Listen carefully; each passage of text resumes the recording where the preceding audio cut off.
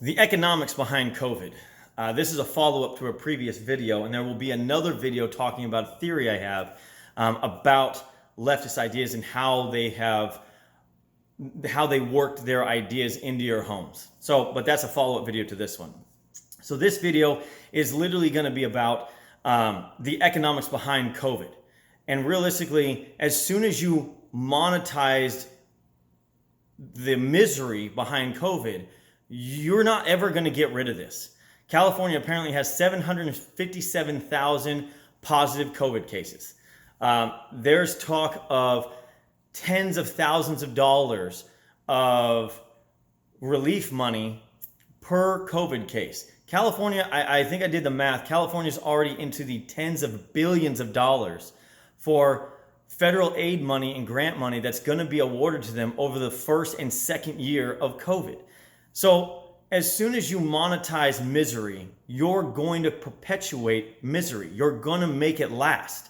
And I honestly feel like they've tried this multiple times. Look at SARS and MERS, Zika, West Nile. Notice how you don't hear anything about these things anymore. They're just wiped off. Zika was around for a split second. West Nile, here for a split second. We still have mosquitoes all over the place. But these things aren't running rampant. Nobody's talking about them anymore.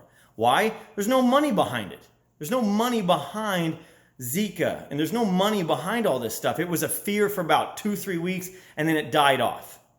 Notice that COVID at one time in early May or early June, they were saying, oh, COVID all of a sudden is causing some inflammatory disease in kids, trying to spark that next level of panic again. And then that died off in the course of like 10 days. No kids are getting COVID anymore. The inflammatory thing is gone. There was no money behind it. There was no incentive to get money behind this new thing. If you don't monetize the problem, you would see real numbers. If you stop federal aid for COVID positive and COVID deaths, you would see COVID just disappear.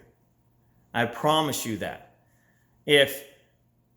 And it's human nature, but realistically, the problem is we have nothing but corruption in our government, in our higher ups. And I don't mean necessarily at the president's level. He's trying to do whatever he's trying to do.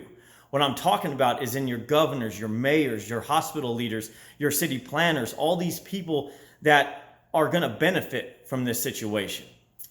Okay? We can't fundamentally fund. Basic economics does not allow this.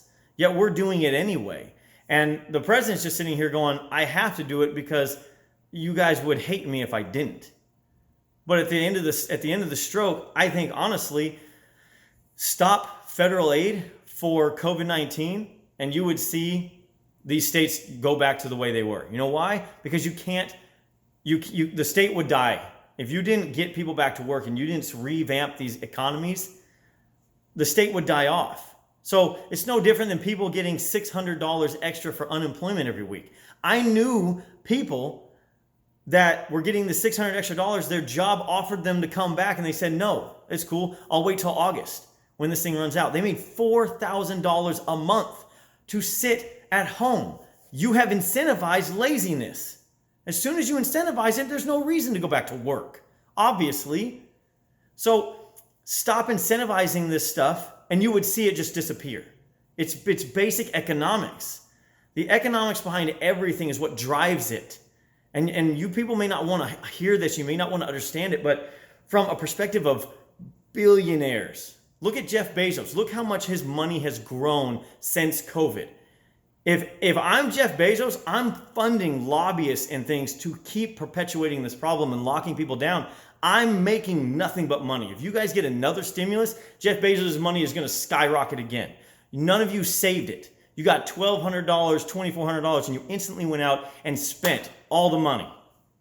A shitload of it went to China, and a ton of it went to Jeff Bezos, Sam Walton, the Waltons of the world. You spent it all. You might as well just wrote the check to these people. Most of you didn't save anything. Most of you didn't even pay bills off. You just went out and spent the money. And yes, some of you spent money in your economies and stuff like that, but a ton of you spent money with Jeff Bezos on Amazon, and you sent that money to China. That's what you did. And the reality is that we're not funding our own projects. We're not keeping this money in-house. I've always told people, keep buying local. Keep your money local. It's helping your local economy. Stop funding big business. Everything that's big is definitely moving towards control and owning the market. That is literally, again, the monetization of misery. The Waltons have done it for years, decades. They've come in, steamrolled mom and pop shops, and taken out the competition.